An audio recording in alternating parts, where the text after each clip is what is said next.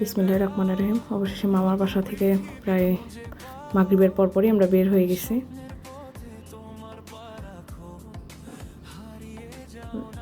এত গরম ছিল বাইরে, প্রচণ্ড গরম ছিল, কিন্তু আমার মেয়ের খুব অস্থির লাগতেছিল, যে কারণে জানলা খুলে যাওয়াতে আরও বেশি অবস্থা খারাপ হয়ে গেছে।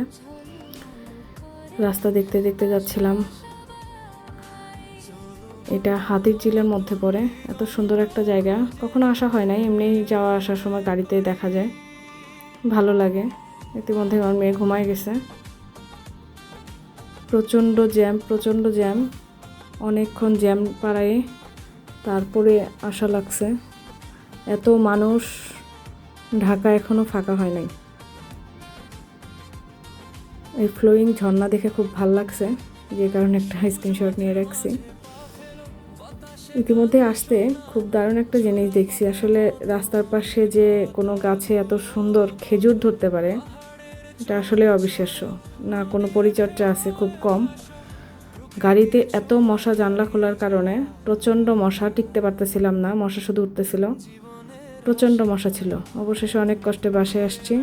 সবাই ভালো থাকবেন। আজকে এই পর্যন্ত।